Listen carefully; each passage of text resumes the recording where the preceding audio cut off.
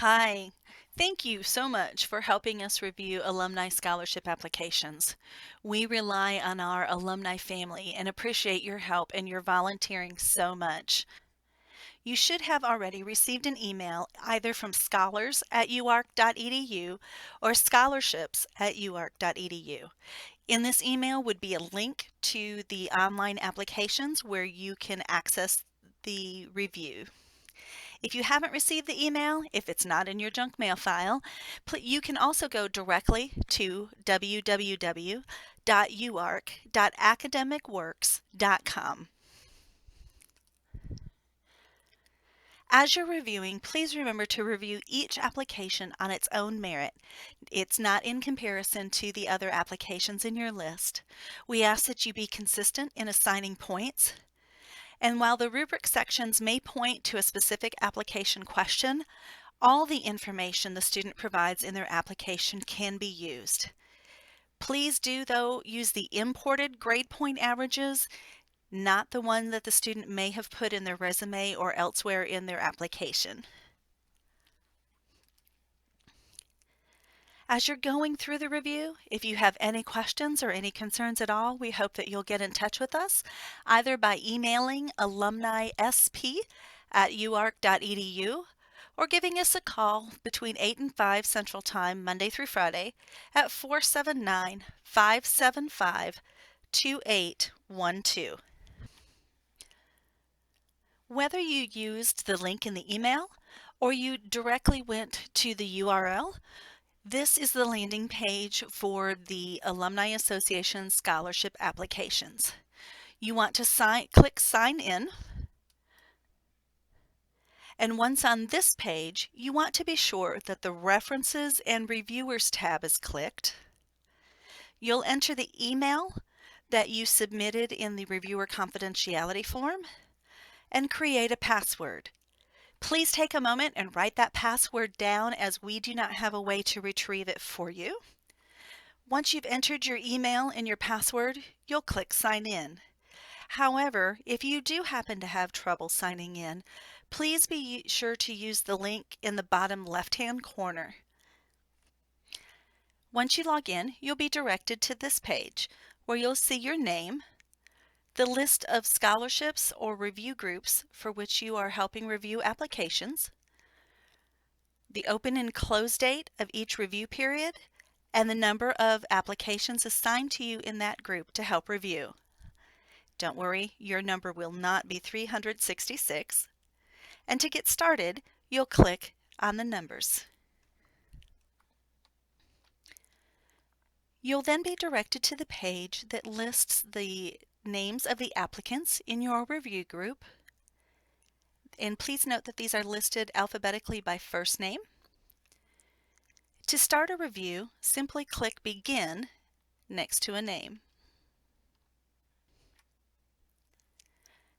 If that review only opens the application, that's an easy fix. Simply come and click side by side so that you have the application on the left and the scoring rubric that we're using on the right.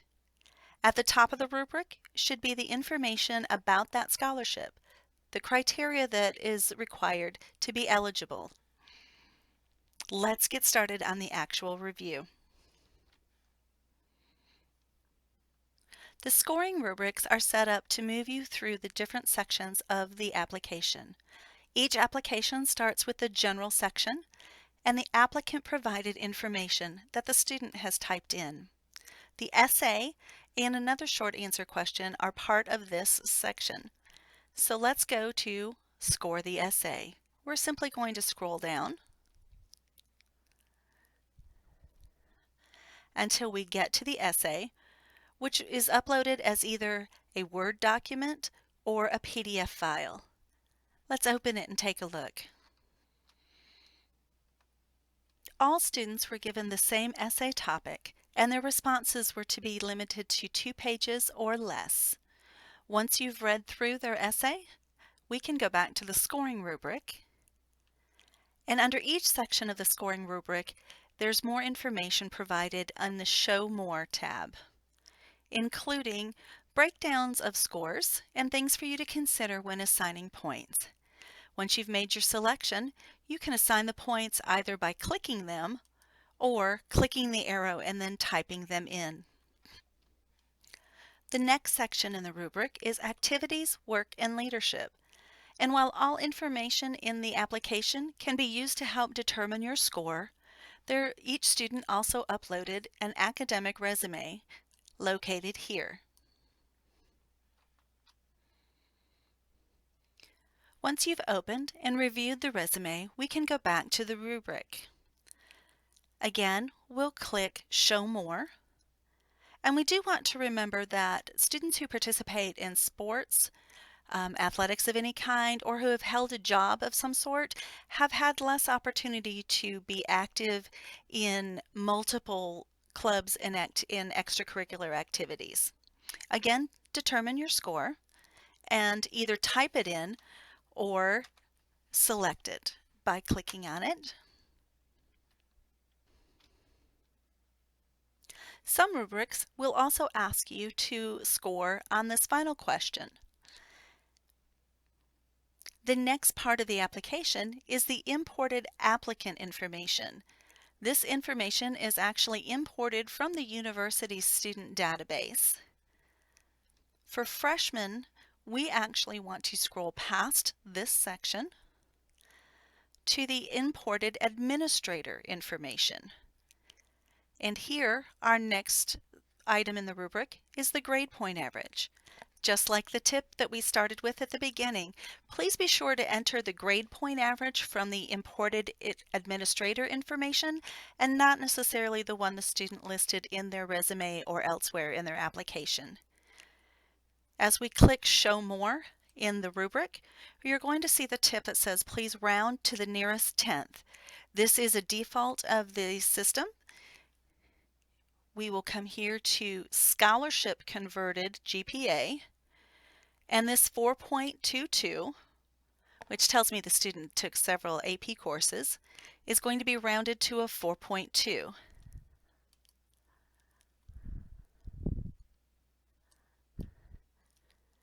The ACT score is next, and we want to use the ACT calculated score from their application. Now, most students take the ACT, but some do take the SAT. So should an SAT score have been provided, you would simply find it within the scoring ranges and assign the correct ACT score to go with it.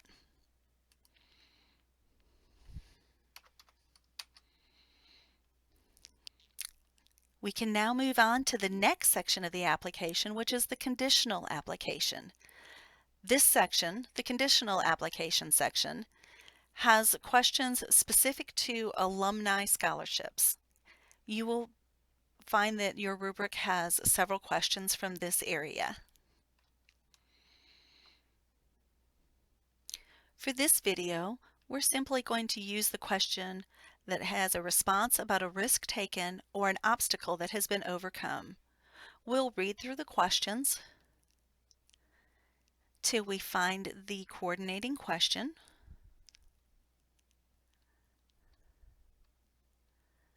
We'll read the student's response.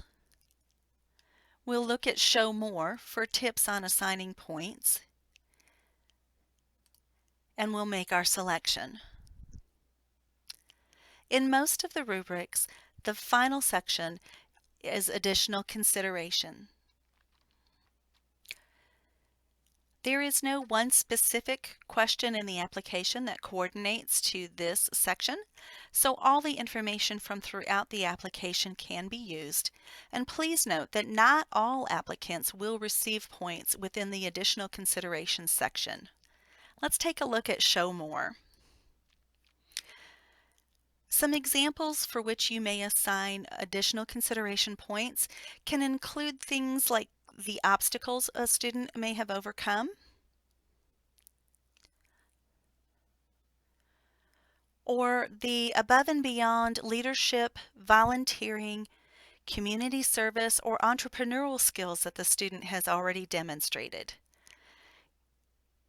Please note that with the asterisk, there must be some answer provided here. So whether you decide it's 0 or something more, you enter your response. If your rubric has an option for reviewer comments and you feel that there is something exceptionally unique about the student that needs to be considered, you can enter a very brief description here. At the bottom of all rubrics, you'll see two choices, either save or submit. If the phone rings or your cup has run out of coffee or something else interrupts your review of a student, you can save and come back and finish the review later. Or if you have completed it, you can simply submit. Even if you submit the review, you can, if needed, access it again and update your responses. Let's submit. Once you click Save or Submit in a rubric, the system is going to automatically move you to the next student in line. If you need to take a break and come back and review later, that's fine. You can access your list of applicants in that review by clicking the name of the review group, which directs you back to your list of students. You'll notice that once you have either saved or reviewed an applicant, they're no longer at the top of your list. After opening an application, the system automatically moves that student to the bottom of the list.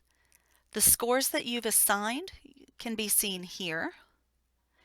And if it says update, that means that you have submitted that form and can update it if you choose. If it says finish, that means that you've opened it. You may have entered something in the rubric, but the review is not fully complete. So you can simply click finish to finish that review.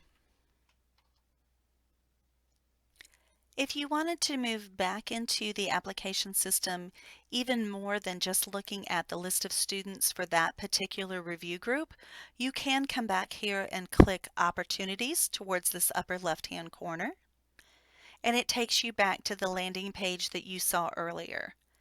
If you need to take a break, come back and review another day, you will come back to this page. You'll hover over, your name and click Sign Out. Again, thank you so much for helping us with these reviews. We appreciate you. We know that our students appreciate you. What a wonderful way for you to be engaged with your alma mater. If you do have any questions, please feel free to reach out. We'd love to talk with you. Thanks, and enjoy the review process.